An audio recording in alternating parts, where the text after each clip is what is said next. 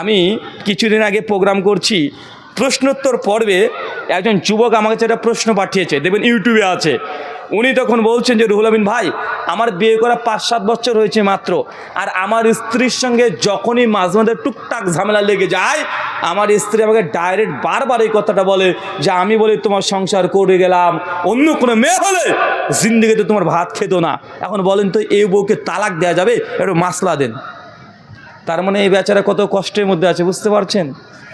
ও তালাকের মাসলা জানতে যাচ্ছে যে আমার বউ একটু 19-20 হলেই বারবার, নাহলে বিয়ের পরে 5 বছরে 50 বার আমাকে এই কথা বলেছে, মানে মাসলা দেন তো, এই বউকে কি তালাক দেওয়া যাবে? আমি তখন বলছি মাসলা তো তালাকে চাচ্ছেন, তো তালাকের ফতোয়া যদি দিয়ে দিই, আপনার বউ যদি আপনার উপরে এমন অত্যাচার চালায় আর একবার যদি শুনে যে এ হুজুরে ও তালাক করে দিয়েছে, তো আমার 14 গোষ্ঠী ধুয়ে দিবে, ভাই তালাকের ফতোয়া দিতে পারবো না। তবে মাসলা জানতে চেয়েছেন, একটু মাসলাতে লবণ ঝাল বেশি করে দিই, একটা তাবিজ দিই আপনাকে, তাবিজ নেবেন? আচ্ছা, কার কার এই সমস্যা আছে বলেন তো? বউ বারবার এই কথা আপনাকে বলে যে আমি বলে সংসার করে গেলাম, অন্য কোনো মেয়ে হলে জিন্দেগিতে সংসার করতো না। কে আছেন এখানে সেই মহাপুরুষ? এবার হাত তোলেন তো দেখি। ভিতর ভিতর সবাই, হ্যাঁ, ও ভেতর ভেতর সবাই, কারণ মেয়েরা এটা কমন।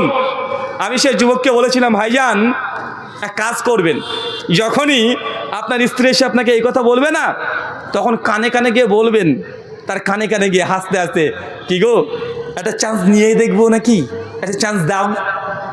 তার মানে কি বলেন তো? ও বলছে যে আমি বলেই সংসার করে গেলাম, অন্য কোনো মেয়ে হলে সংসার করতে পারতো না। যখন এই কথা বলে বউকে বলবেন, তাহলে দ্বিতীয় একটা চান্স নিয়ে দেখি, কারণ তোমাকে যে ডিভোর্স তালাক দিয়ে দিই, তুই তো বাপের বাড়িতে চলে যাবে। আমি যদি দ্বিতীয় একটা বিয়ে মাস না করি, তাহলে আমি স্ত্রীর সঙ্গে কীভাবে চলছি তুই তো দেখতে পাবে না। তো তুমি থাকবে এই ঘরে, আরেকটা দ্বিতীয়টা থাকবে এই ঘরে, দেখো তো যে চান্স দাও, দ্বিতীয়টাকে নিয়ে এসে তোমার সামনে সংসার করে দেখাবো, পারে কি পারে না একটু টিকিয়ে, একটু দেখবা নাকি। এই একটা তাবিজ ব্যবহার করবেন।